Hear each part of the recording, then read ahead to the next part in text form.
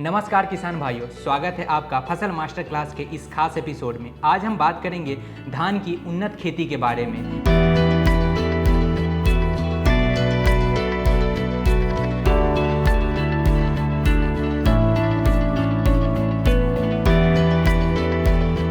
जैसा कि हम लोग देख रहे हैं, दिन प्रतिदिन धान की खेती से जो उत्पादन है वो पर एकड़ के हिसाब से धीरे धीरे घटते जा रहे हैं। उसके लिए बहुत सारे विभिन्न प्रकार के कारण हैं। मुख्य कारण क्या क्या हैं, इस वीडियो में हम जानेंगे कि इन तरीकों को अपना के आप कैसे धान की खेती से जो अपना उत्पादन है वो औसतन जो उत्पादन हो रही है 25 से 27-28 क्विंटल प्रति एकड़ के हिसाब से, उसको बढ़ा के आप कैसे 35, 36 से इवन 40 क्विंटल प्रति एकड़ के हिसाब से ले सकते हैं। तो इस वीडियो को आप लास्ट तक ज़रूर देखें। किसान भाइयों, धान की खेती के लिए नर्सरी जो सोइंग करते हैं उसमें आप सही समय की बात करें तो 20 मई से लेके आप 20 जून तक इसकी बुआई कर सकते हैं और इसके लगभग 25 से 30 दिन के बाद जो पौध तैयार हो जाए, 6-7 पत्ती आ जाए और जो पनीरी है उसकी जो हाइट 25 से 30 सेंटीमीटर हो जाए तो इसको आप खेत में ट्रांसप्लांट यानी रोपाई कर सकते हैं। धान की खेती के लिए PAU पंजाब एग्रीकल्चर यूनिवर्सिटी है जो टॉप 5 वैरायटी जो रिकमेंड करती है, उसमें PR 131, PR 133, PR 121, PR 126 और PR 114 शामिल है। धान की खेती के लिए टॉप 5 वैरायटी की बात करें उत्पादन के आधार पे, जो लगभग 35 से 40 क्विंटल प्रति एकड़ के हिसाब से झाड़ देती है, उत्पादन देती है, तो उसमें सबसे पहले नंबर पर आता है बायर कंपनी का एराइज 6444 गोल्ड, पैनियर का आता है 27P31, 27P37, इसके अलावा सावा का सावा 7501 और श्रीराम सुपर 4400, इसके अलावा US 312 किस्में हैं। इन किस्मों की आप खेती करके 2026 या आने वाले जो साल है उसमें अगर आप इसकी खेती करते हैं तो आप अच्छा मुनाफा कमा सकते हैं। किसान भाइयों, आप अपने एरिया में इस सीज़न धान की खेती के लिए कौन सी किस्म की चुनाव कर रहे हैं, आप कमेंट बॉक्स में ज़रूर बताइए। और आप कोई अलग इसके अलावा कोई ख़ास वैरायटी के बारे में जानना चाहते हैं, उसके बारे में विस्तार से जानकारी लेना चाहते हैं कि उससे कितना उत्पादन होती है, उसमें आप कितना दिन में पक के तैयार हो जाती है, या कोई नई वैरायटी के बारे में जो यूनिवर्सिटी रिकमेंड करती है उसके बारे में विस्तार से जानकारी लेना चाहते हैं, तो आप अपनी खेती ऐप के प्रश्न पूछे सेक्शन में जाके जो एक्सपर्ट्स हैं, विशेषज्ञ हैं, उनसे आप जानकारी ले सकते हैं, अपना सवाल पूछ सकते हैं। अब सही बीज के चुनाव के बाद सबसे महत्वपूर्ण होता है कि जो बीज को शोधित कैसे करें। जो धान की बीज है उसको पनीरी लगाने से पहले, सोइंग से पहले आप उसको शोधित कैसे करें, तो इसके लिए आप केमिकल्स का यूज़ कर सकते हैं, फंजीसाइड का यूज़ कर सकते हैं। उसमें आप कार्बेंडाजिम प्लस मैनकोजेब का यूज कर सकते हैं, जो लगभग आप 24 ग्राम प्रति आप 8 से 10 किलो बीज को शोधित करने के लिए आप यूज कर सकते हैं, इस्तेमाल कर सकते हैं 80 से 100 लीटर पानी में घोल तैयार करके। इसके बाद आप बीज को शोधित करने के बाद 24 घंटे के लिए आप उसको अच्छे से छाँव में सुखा दें। सुखाने के बाद उसको आप उसमें जूट के जो बैग आते हैं, जूट के, उसमें आप प्रॉपर नमी बनाने के लिए रखें। नमी रखने के लिए आप उसको समय समय पर जल पानी का छिड़काव कर सकते हैं ताकि वो अंकुरित हो जाए। अंकुरित होने के बाद उसको आप खेत में जो नर्सरी जो तैयार कर रहे हैं उसमें आप लगा सकते हैं। उससे आपको क्या होगा कि आप उसका जो पनीरी जल्दी तैयार हो पाएगा, अच्छा पनीर निकल पाएंगे। धान की खेती के लिए ज़मीन की तैयारी की बात करें खेत की, तो आप 3 से 4 बार गहरी जुताई करके आप उसको लेजर लेबलिंग करवा लें बराबर। जुताई के लिए आप रोटावेटर का इस्तेमाल कर सकते हैं। लेजर लेबलिंग करवाने के बाद आप उसमें ध्यान रखें कि खेत में किसी प्रकार का कंकर, पत्थर या खरपतवार ना हो, प्रॉपर तरह से बराबर ज़मीन रहे, जिसमें आप जो पैडी की ट्रांसप्लांटिंग करने में उपयुक्त रहे। जो आप जब उसको खेत की तैयारी कर रहे हैं, जुताई के अंतिम जुताई के समय लगभग 10 से 12 टन गोबर की गली सरी खाद को खेत में मिला दे। मिलाने के बाद उसमें सिंचाई कर दे। सिंचाई करने के बाद आप उसमें 1 से 2 दिन के बाद आप उसको पडलिंग करें प्रॉपर, उसको जिसको कदवा करना बोलते हैं, वो प्रॉपर आप उसको करके खेत को अपने ट्रांसप्लांटिंग के लिए अच्छी तरह से तैयार कर ले। क्योंकि आप जानते हैं कि खेत की तैयारी काफ़ी ज़्यादा महत्वपूर्ण है किसी भी फसल की अच्छे या पैदावार के लिए।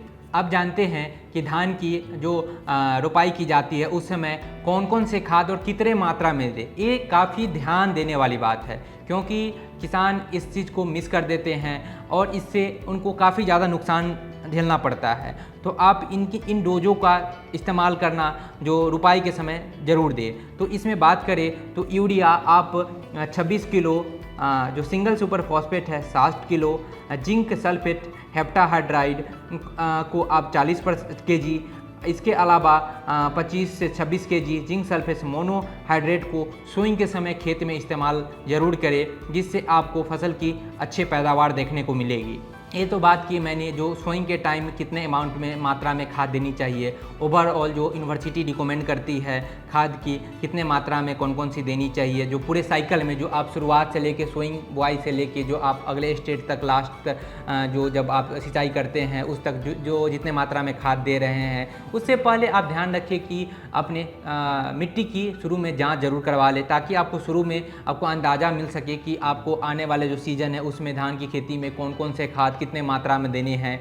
तो आप जो यूनिवर्सिटी रिकमेंड करती है उसमें पर एकड़ के हिसाब से 110 kg urea, 75 kg single super phosphate और 20 kg म्यूरेट ऑफ पोटाश को प्रति एकड़ के हिसाब से इस्तेमाल करना चाहिए, जिसमें जो यूरिया की जो पहली 1/3 डोज है वो सोइंग के टाइम देनी चाहिए एज ए बेसल डोज, जिसको आप मतलब स्टार्टिंग में भी दे सकते हैं। जो लास्ट पडलिंग जब आप करते हैं, खेत की तैयारी कर रहे हैं लास्ट पडलिंग, उस टाइम भी दे सकते हैं। उसके साथ साथ आप जो पूरे अमाउंट में पोटेशियम और फास्फोरस के खेतों में छिड़काव कर सकते हैं। अगर आप इसमें एक महत्वपूर्ण ध्यान देने वाली बात है कि आप इससे पहले जो परंपरागत तरीक़ों से खेती कर रहे हैं उसमें जो नॉर्मल यूरिया का प्रयोग कर रहे हैं, जिससे वो उसमें लीचिंग की समस्या काफ़ी ज़्यादा देखने को मिलती है। इसके लिए आप अगर इस बार धान की खेती कर रहे हैं तो नीम कोटेड यूरिया का इस्तेमाल करें। जी हाँ, नीम कोटेड यूरिया वो आप एक बार इस्तेमाल करके देखिए और आपको खुद ब खुद उसमें अंतर देखने को मिलेगा कि जो आप नॉर्मल यूरिया में आप जो छिड़काव कर रहे हैं उससे इसमें अच्छा असर दिखेगा। इसमें प्रचुर मात्रा में जो नाइट्रोजन मिल पाएंगे प्लांट्स को, जो अपने जो पैडी है उसके, तो आपको अच्छा ये उत्पादन पे भी अच्छा आपको असर दिखने को मिलेगा। अब जानते हैं कि धान की खेती के लिए उपयुक्त समय क्या है, सिंचाई कब कब करनी चाहिए। तो पहली सिंचाई जब आप इसकी बिजाई कर रहे हैं, धान की बीज की लगा रहे हैं खेत में, उसके तुरंत बाद करनी चाहिए। इसके बाद आप दूसरी सिंचाई लगभग 5 से 7 दिन के अंतराल पे आप दूसरी सिंचाई कर सकते हैं। और जब आप इसमें ट्रांसप्लांटिंग कर रहे हैं पैडी का, तो खेत में ध्यान रखिए कि हमेशा जब पानी उसमें लगा रहे, जिससे आपको मतलब समय समय पे ज़रूरत के हिसाब से आप सिंचाई करते रहें, जिससे आपको धान का पैदावार अच्छा देखने को मिले। एक सबसे महत्वपूर्ण बात कि किसान जो इतने फर्टिलाइज़र देने के बाद एक चीज़ सबसे महत्वपूर्ण मिस कर देते हैं कि वो जिंक की कमी एक मुख्य समस्या, जिसकी वजह से धान की फसल में खैरा डिजीज देखने को मिलती है। वो नुकसान काफ़ी ज़्यादा उस पर पैदावार पे पड़ते हैं। तो इसके कमी को पूरा करने के लिए आप लगभग 24 से 25 kg जिंक सल्फेट को प्रति एकड़ के हिसाब से खेत में छिड़काव कर सकते हैं। अब जानते हैं कि धान की फसल में खरपतवार को नियंत्रित करने के लिए आप कैसे कर सकते हैं। तो इसके लिए आप प्री इमर्जेंस हर्बिसाइड में जो बूटाक्लोर आता है उसका इस्तेमाल कर सकते हैं। इसके अलावा आप पेंडीमेथिलीन का छिड़काव कर सकते हैं। ध्यान रखिए कि ये छिड़काव जो आप धान की ट्रांसप्लांटिंग कर रहे हैं, रोपाई कर रहे हैं, उसके 2 से 3 दिन के अंदर ही कर ले। इसके बाद आप अगर इसके बाद भी समस्या अगर देखने को मिलती है तो आप इसके लिए चौड़ी पत्ती वाली जो खरपतवार आती है उसके लिए आप लगभग 10 से 12 दिन के अंदर ही ट्रांसप्लांटिंग 10 से 12 दिन के अंदर आप क्या करें कि जो पोस्ट इमरजेंस हर्बिसाइड आते हैं जैसे कि नॉमनी गोल्ड आ गए, उसके अलावा आप इसमें एलिमिक्स 20 BP, इसके अलावा आप राइस स्टार 6.7 EC का इस्तेमाल कर सकते हैं। अब बात करते हैं कि धान की फसल में मुख्य रूप से कौन कौन से कीट के हमले होते हैं। तो सबसे पहले मुख्य जो कीट आती है उसमें प्लांट होपर, इसके अलावा लीफ फोल्डर जिसे पत्ता लपेटक भी बोलते हैं, स्टेम बोरर, राइस हिस्पा, इन सभी कीटों की समस्या काफ़ी ज़्यादा देखने को मिलती है। धान की फसल में मुख्य रूप से बीमारी की बात करें तो सीट ब्लाइट, सीट रोट, इसके अलावा बैक्टीरियल लीफ ब्लाइट की समस्या देखने को मिलती है। कुछ इलाकों में फॉल्स स्मट की समस्या भी काफ़ी ज़्यादा देखने को मिलती है। इसके अलावा ब्राउन लीफ स्पॉट और सबसे महत्वपूर्ण जो पिछले कुछ सालों से देखने को मिला है वो बौना रोग, जिसे राइस ड्वार्फ डिजीज़ के नाम से भी जाना जाता है, उसकी भी समस्या काफ़ी ज़्यादा देखने को मिली है। तो इन सभी कीट और बीमारी के वजह से धान की फसल में काफ़ी ज़्यादा नुकसान देखने को मिलता है और किसान हर एक साल जो परेशान हो जाते हैं कि जो जैसे कि पत्ता लपेटक है या फिर जो स्टेम बोरर है उसके वजह से काफ़ी ज़्यादा नुकसान देखने को मिलता है, या फॉल्स स्पॉट की वजह से। तो आप इन सभी बीमारी और कीटों के बारे में एक एक करके, आप किसी भी बीमारी के बारे में जिसको आपको मुख्य रूप से जो दिक्कत दे रही, समस्या दे रही है, आप जैसे ही इसके बारे में आप अपना सवाल अपनी खेती ऐप के प्रश्न पूछे सेक्शन में जाके फसल की फ़ोटो खींच के या वीडियो बना के या रिकॉर्ड करके आप अपना सवाल पूछ सकते हैं। हमारे जो विशेषज्ञ हैं, एक्सपर्ट्स हैं, वो आपके सवाल के अच्छे तरह से बिल्कुल डिटेल में आपको जानकारी देंगे कि इन सभी कीट और बीमारी को रोकथाम के लिए कौन से इंसेक्टिसाइड या फंजीसाइड का प्रयोग और कितने मात्रा में और कब करनी चाहिए, सही समय क्या है, सुबह करें या शाम करें, कब करें, ये सारे बात आपको डिटेल में आपको जानकारी मिल जाएगी। धान की खेती में जब एक बार फसल तैयार हो जाती है, उसके बाद जब हार्वेस्टिंग, जो कटाई करने के बाद मुख्य रूप से कौन कौन चीज़ जो पोस्ट हार्वेस्ट मैनेजमेंट होते हैं, कौन कौन से पॉइंट का ध्यान रखना चाहिए। तो सबसे पहले आते हैं उसको थ्रेसिंग कर ले अच्छे तरीके से, उसके बाद उसकी भी सफाई क्लीनिंग कर ले, उसके बाद क्लीन करने के बाद उसको अच्छे तरह से ड्राई कर ले, सुखा ले, सुखाने के बाद उसको अच्छे तरह से संभाल के वेयर हाउस में रख सकते हैं आप। उसके बाद आप उसको मिलिंग करवा के उसमें से चावल निकाल सकते हैं, और लास्ट में अगर आप उसको सेल करना चाहते हैं तो आप उसको चावल को भी सेल कर सकते हैं, या उससे पहले आप उसको धान की जो फसल है जो उसमें उसको भी आप धान को भी सेल कर सकते हैं। अब जानते हैं कि धान की खेती में 1 एकड़ के लिए कितने लागत लगती है और आप कितना मुनाफा कमा सकते हैं। तो पर एकड़ लगभग औसतन 800 से 1000 रुपया बीज के लिए लगती है। ज़मीन तैयार करने के लिए लगभग 2000 के आसपास लगती है, और मैन्योर और फर्टिलाइज़र के लिए बात करें तो औसतन 1500 से 2000 के आसपास लागत लगती है। प्लांट प्रोटेक्शन सेक्शन में जिसमें हर्बिसाइड, फंजीसाइड, इंसेक्टिसाइड के लिए बात करें तो वही औसतन 2200 से 2500 के आसपास खर्च लगती है। इसके अलावा सिंचाई के लिए 3 से 4000 के आसपास लागत लगती है।